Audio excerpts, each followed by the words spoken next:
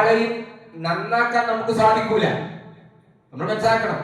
വിശുദ്ധ ഖുർആൻ കൃത്യമായി പറഞ്ഞു, മനുഷ്യന്മാരും നമ്മൾ സ്വയം മാറണം. നമ്മൾ തന്നെ സ്വയം മാറണം. സ്വയം മാറാത്തവരെ മാറ്റാൻ കഴിയില്ല. ഇത് വിശുദ്ധ ഖുർആൻ പറയും, ഇന്നല്ലാഹ ലാ യുഗയ്യിറു മാ ബിഖൗമിൻ ഹത്താ യുഗയ്യിറു മാ ബിഅൻഫുസിഹിം.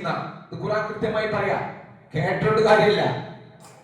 ഒരു സമൂഹം സ്വയം മാറാതെ അല്ലാഹു അവരെ മാറ്റൂലാണ്. അപ്പൊ നമ്മൾ ഈ ഉപദേശ നിർദ്ദേശങ്ങൾ കേൾക്കുമ്പോ നമ്മുടെ ജീവിതത്തിൽ നമ്മൾ മാറണം എന്ന് നമ്മൾ ഓരോരുത്തരുമാണ് തീരുമാനിക്കേണ്ടത്. അപ്പോഴേ അതിനെ മാറ്റുണ്ടാവുള്ളൂ. അല്ലെങ്കിൽ അത് വെറും ഒരു ജലരേഖയായി നമ്മുടെ സംസാരങ്ങൾ, ഖുതുബകൾ അങ്ങനെ പോകും. ഒരു കാര്യം അതുകൊണ്ട് ഉണ്ടാവില്ല. ഇത് ഖുർആൻ കൃത്യമായി നമുക്ക് പഠിപ്പിക്കുന്ന, നബി സല്ലല്ലാഹു അലൈഹി വസല്ലമയോട് വരെ പറഞ്ഞത് അങ്ങനെ. ഒരാളെ കാര്യങ്ങൾ പറഞ്ഞു കൊടുക്കുക എന്നല്ലാതെ ഒരാളെ ഒരു നല്ല മാർഗത്തിലേക്ക് കൊണ്ടുവരാൻ നബി സല്ലല്ലാഹു അലൈഹി വസല്ലം പോലും സാധിക്കില്ല. ഇന്നക ലാ തഹ്ദി മൻ അഹ്ബബ്ത വലാകിന്നല്ലാഹ യഹ്ദി മൻ യശാ. മഹാനായ പ്രവാചകൻ സല്ലല്ലാഹു അലൈഹി വസല്ലമയോട് പറയാണ്, അദ്ദേഹത്തിന്റെ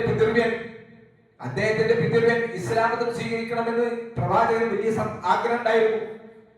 പ്രവാചകൻ സല്ലല്ലാഹു അലൈഹി വസല്ലം പലപ്പോഴും പിതൃവ്യനോട് പറയും, ഇസ്ലാമിനെ കുറിച്ച് പരിചയപ്പെടുത്തും. പക്ഷേ അദ്ദേഹം ഹിദായത്തിലേക്ക് വന്നില്ല, മാറ്റുണ്ടായില്ല.